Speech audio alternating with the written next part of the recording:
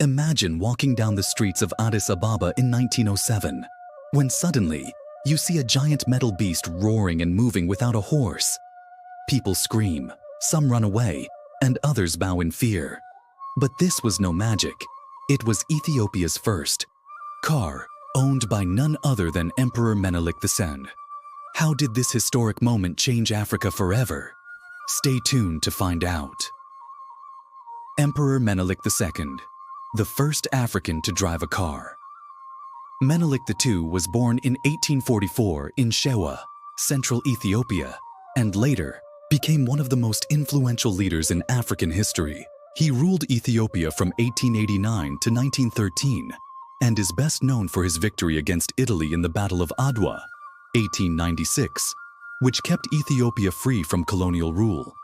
Menelik II was a visionary leader who modernized Ethiopia by introducing railways, telegraphs, a national bank, and modern education.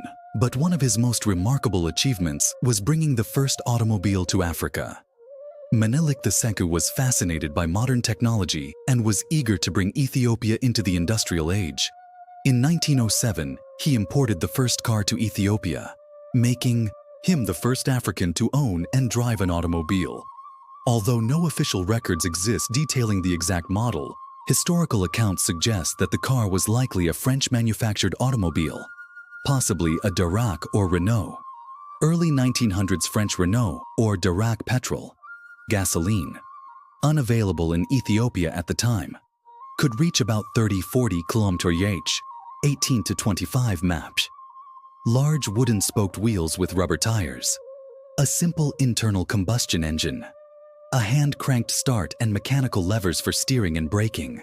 This car was one of the earliest automobiles in the world, as cars had only been invented about 2 decades earlier, 1885 to 1886, by Carl Benz in Germany.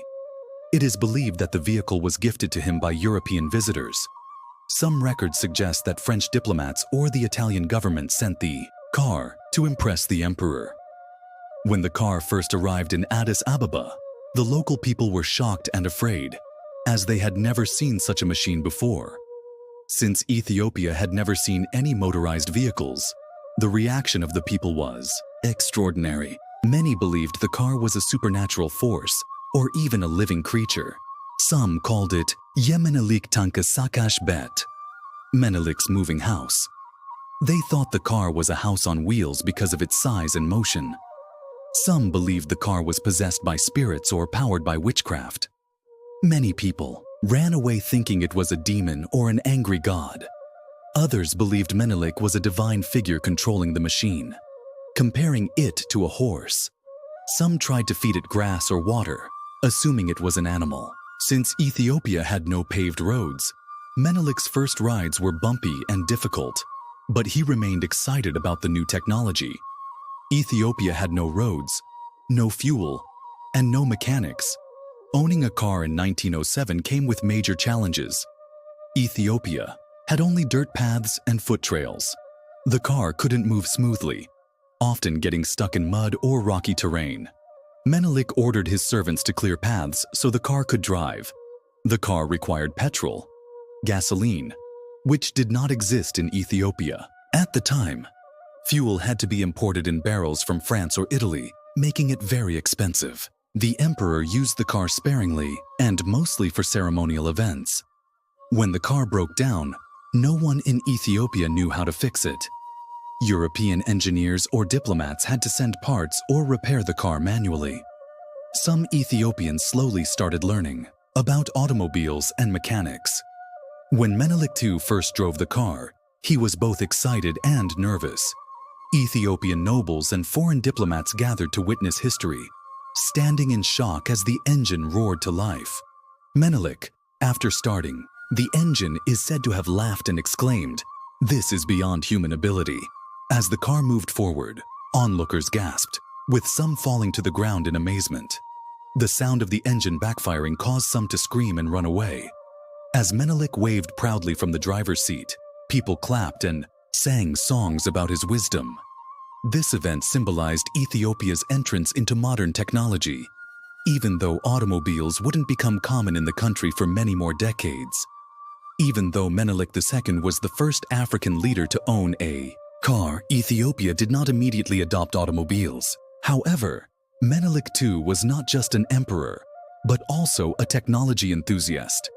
His contributions to Ethiopia's modernization include introducing the telephone in 1890, building the first railway line from Djibouti to Addis Ababa, establishing Ethiopia's first modern bank, Bank of Abyssinia, in 1905, constructing roads and bridges for easier transport. Despite his progressive vision, Menelik II faced many health issues in his later years. After suffering a stroke in 1909, his wife, Empress Taitu Batul, took on many of his responsibilities. He passed away in 1913, leaving behind a modernized and independent Ethiopia. His decision to import and drive the first car in Africa symbolized his desire to keep Ethiopia technologically advanced and independent from European control. Today, Ethiopia has millions of cars, but it all started with one car, one emperor, and one historic ride in 1907. What do you think? What would you have thought if you saw a car for the first time in 1907? Do you think Menelik's decision to bring a car helped Ethiopia modernize faster? Drop your thoughts in the comments. Don't forget to subscribe for more legendary Ethiopian history.